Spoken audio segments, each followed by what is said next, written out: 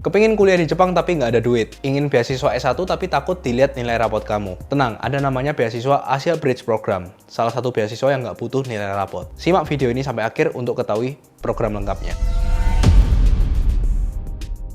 Asia Bridge Program atau disingkat ABP adalah program kolaborasi industri akademi yang unik untuk para siswa dari India, Indonesia, Thailand, Vietnam, dan Myanmar. Program ini diadakan berkat kerjasama erat dengan perusahaan global yang berasal dari Shizuoka yang dirancang untuk mendidik siswa menjadi pemimpin global masa depan di bidang industri dan masyarakat. Daftar fakultas dan jurusannya pun juga ada banyak. Ada fakultas humaniora dan ilmu sosial. Di situ ada jurusan ilmu sosial dan kemanusiaan, bahasa dan sastra, ekonomi, dan jurusan hukum. Ada fakultas pendidikan. Ada juga fakultas ilmu sains dengan jurusan matematika, fisika, kimia, biologi, dan jurusan ilmu bumi. Fakultas pertanian ada jurusan ilmu pengetahuan sumber daya hayati, serta jurusan ilmu sains kehidupan terapan. Fakultas informatika ada jurusan ilmu komputer, informatika perilaku, dan jurusan sosial informasi. Fakultas teknik ada jurusan teknik mesin, teknik listrik dan elektronika, ilmu elektronika dan material, teknik kimia terapan dan biokimia, serta jurusan matematika dan sistem. Benefitnya apa aja dari beasiswa ini? Pertama, kamu bebas uang pendaftaran kuliah dan biaya masuk. Terus kamu bebas uang kuliah tahun pertama. Jika nilai kamu bagus di tahun pertama, kamu akan mendapatkan bantuan finansial berupa potongan biaya kuliah 50 atau sampai 100% untuk tahun pelajaran kedua. Begitu juga untuk tahun ketiga dan keempat akan dilihat dulu nih, nilai akademis kamu di tahun sebelumnya. Beasiswa ini juga menyediakan kamu uang bulanan untuk kamu ya. Selain itu, jika kamu ingin mendapatkan uang tambahan untuk biaya hidup bulanan kamu atau untuk nabung lebih gitu ya,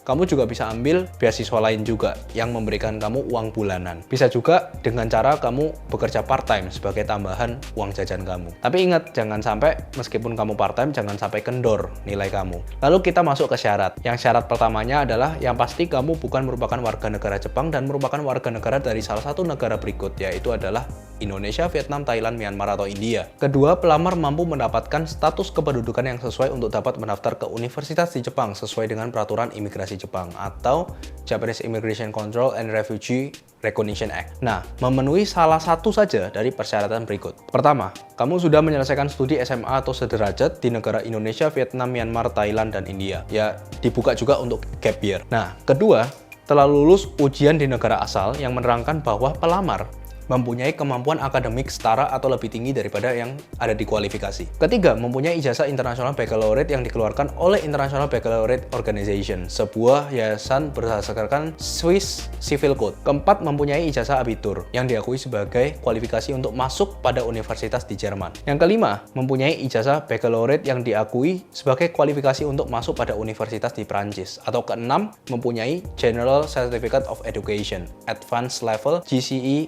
A-Level yang diakui sebagai kualifikasi untuk masuk pada universitas di Inggris. Jadi salah satu aja ya dari yang aku sebutkan tadi. Apabila kamu berasal dari sekolah menengah Jepang atau sekolah internasional yang ada di Jepang, studi tersebut harus berdurasi tidak lebih dari 3 tahun. Nah, selain syarat yang udah aku sebutkan, ada juga dokumen yang harus kamu kumpulkan. Pertama, esai dalam bahasa Jepang dengan panjang 500 kata, berisi penjelasan motivasi kamu kenapa melamar beasiswa ini, bidang akademik yang diminati itu apa, dan jalur karir yang diinginkan setelah kamu menyelesaikan studi ini. Formatnya dalam bentuk PDF. Yang kedua, pas foto ya. Pas foto ini ukurannya 35 mm sampai 45 mm dengan margin dari garis foto ke bagian kepala itu 5 sampai 7 mm.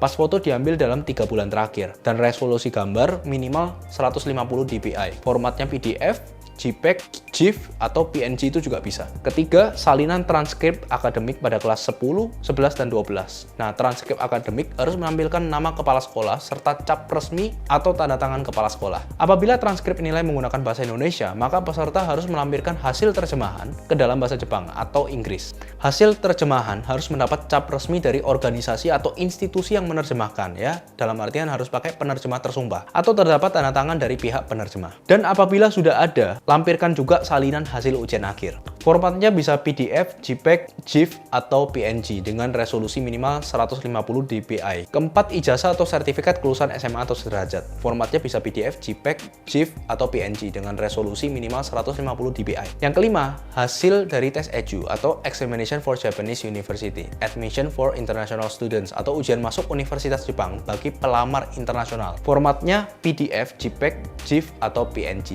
Sekali lagi dengan dengan resolusi minimal 150 dpi. Nah, tes EJU ini bisa diikuti dalam bahasa Inggris dan dalam bahasa Jepang. Tes EJU sendiri di Indonesia itu 1 tahun diadakan 2 kali, yaitu di Jakarta dan Surabaya. Keenam, hasil tes kecakapan bahasa Inggris seperti tes TOEIC, ALNR, TOEFL IBT Special Home Edition, TOEFL IBT atau IELTS Academic Module, yang itu formatnya juga PDF, JPEG, GIF atau PNG dengan resolusi yang sama seperti yang tadi, 150 dpi. Ketujuh, hasil tes JLPT atau Japanese Language Proficiency Test diwajibkan bagi yang belum mengambil tes EJU. Level JLPT minimal untuk bisa masuk Universitas Jepang itu sekitar N2 atau N1. Maka semakin tinggi level kamu akan semakin unggul dibandingkan kandidat yang lain. Nah, dan terakhir, khusus bagi pelamar yang merupakan karyawan atau pegawai perusahaan, itu wajib melapor. Dan terakhir, khusus bagi pelamar yang merupakan karyawan atau pegawai perusahaan, wajib melampirkan form persetujuan yang ditandatangani oleh atasan. Formnya kamu bisa download dengan ketik bit.ly/form-abb-pekerja. Terakhir, kita masuk ke prosedur pendaftaran ya. Pertama, kamu daftar online di www.abb.icsu.shizuoka.ac.jp. Nah, pada bulan sekitar November sampai Desemberan. Kumpulkan dokumen-dokumen yang tadi aku sudah sebutkan, itu di tahap ini. Terus Januari sampai Februari akan dilakukan penyaringan dokumen nih. Februari sampai Maret kamu akan diundang untuk wawancara perorangan jika seleksi berkas kamu lolos. Baru kamu masuk kuliah di bulan Oktober jika kamu lolos seleksi wawancara. Nah, pertanyaannya kenapa kok mulai bulan Oktober?